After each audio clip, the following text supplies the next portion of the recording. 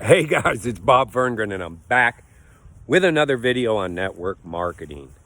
And in this series of videos, I've been talking to you about things related to building a long-term relationship. And, if you go back over the last 4 or 5 videos, you'll see that that really comes from asking great questions, really getting to know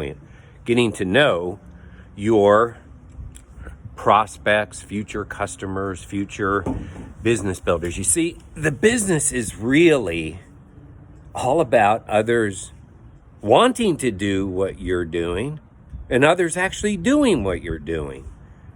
And it's so unlikely that someone is going to want to purchase products from you if they don't like you. This isn't a retail store situation. In a retail store situation, you go in and you purchase your shampoo. They could have a crappy person checking you out, and you'd probably still go back to that retail store, whatever it might be, a beauty supply shop or a drugstore or whatever it is. It's not dependent on how you, they could get to the point where you maybe complained about the person, but if the product you needed and wanted was only found there, it would not stop you from going there if you had zero relationship with the person who checked you out. This may be the easiest way to see it for you. Completely different situation here. People want to do business with people they know, like, and trust. People want to do business with people they know, like, and trust. It's really that fundamentally simple, Right now in America, you still have the ability to pick your own doctor, as an example. Your own personal doctor, your general practitioner. Now, you go and visit that general practitioner, maybe you're going there for an ailment the first time you actually meet them. And if that person is not friendly, is rude, their staff is rude, only a fool would keep going back to them. However, if you go to that person and they're friendly, they're really interested in your ailment and they're asking great questions, and maybe they're even such a great doctor that they want to know about your family life, your job, other things like that. Now, you tell me. Now, some of you still have doctors that you probably really don't like, but possibly you're just not motivated enough to do it. Yeah, they can write my prescription, so you keep going back to them. But many of you have doctors that are friendly. You've gotten to know. I have the same doctor for the last 19 years. Truthfully, I go in for a physical or to have something checked out, and I got to be honest with you, 90% of the time we're not even talking about me. We're talking about our kids and our life. And now he's not somebody I hang around with. I'm in business with him for my health. He benefits from the money that I give to his practice, and I benefit from his expertise. But when I'm there, I feel good about it. I would never continue to go to a doctor I don't like. It's the same thing with hairstylists, right? You're going to sit, maybe if you're a lady and you're getting a cut and color there, you might be sitting in there for a couple of hours. I don't know who would want to have a hairstylist they don't like. Matter of fact, we talk about our hairstylist all the time. She's like someone we look forward to seeing. She's like a friend, someone we hang out with. And I grossly overpay for the little bit of hair that I have. Grossly overpay. I ain't even gonna tell you how much money I pay for this little bit of hair to get. But I have no problem, because she's literally like someone I'm always excited to see every couple weeks. The people who cut my grass, dude keeps to his own business, but know him, we're friendly. He's very, very, very busy. He's ridiculously busy, so he doesn't have time. But everyone that I'm in business with, right?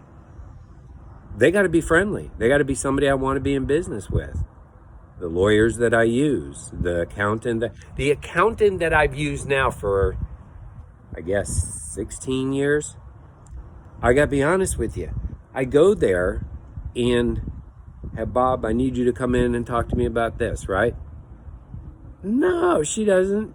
Because 95% of the time, we're talking about everything else in the world. I mean, you're talking about someone, not only do I trust with my finances, but just someone who's almost like a part of my family. I do business with them, right?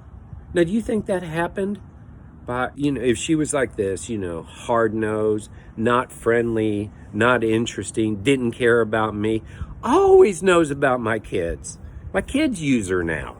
They're not kids, they're adults. But I guess, this is the part that I think is really weird to me, that there's certainly a social selling aspect to this, where maybe people see something you post and they go buy a product from you. But I can tell you, they ain't gonna be a business builder on your team unless they kind of jump the shark and, kind of avoid you altogether and find someone that likes them and wants to have a relationship with them. So this is not overly complicated. I remember learning this about 14 or 15 years ago.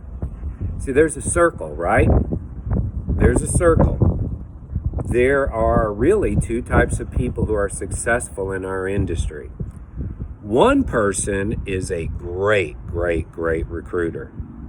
And what they like doing is going and finding new people and bringing them into the circle. They love finding new people. They love recruiting them and bringing them into the circle. And they're very successful at that. And that's great. Then there's a whole nother kind of person. That person is in the circle and really takes care of those people coming in the circle. Both of those people are very successful. One's a massive recruiter and one's a massive developer, if you like. Those unique, special people have skill sets where they're great at both. The only way I look at this is increasing the circle. Who else can we get into the circle and keep them in the circle, right? Retention. And how do you keep people in the circle? Love them. Just go look biblically what the Bible says about love, right?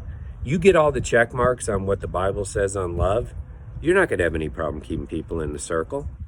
There's a lot of skepticism to get them into the circle, even friends, right? And so that really needs to be done sincerely with the right heart, the whole prospecting and recruiting part. But then you got to keep them in the circle, and that's all about love. That's all about how you treat people. It's all about the golden rule. It's all about caring about others, and their goals and their dreams and what they want. Wow. This is a whole lot different than maybe what a lot of people think. But that's okay. Remember, you can just sell products in our industry and do fantastic. But unless you have a genuine love for humans and really helping others achieve their goals, their dreams, it's not going to go very far for you. So as I wrap up this series on relationships, asking great questions, make more friends, it's always friends first, love, love, love, love, love. As I wrap all this into a bow, remember, you can control all of that. You can control all of that. Truthfully, it is slower to care about people enough to ask them questions. It is slower to build long-term relationships. But in reality, it's so much faster than those people who just sell products.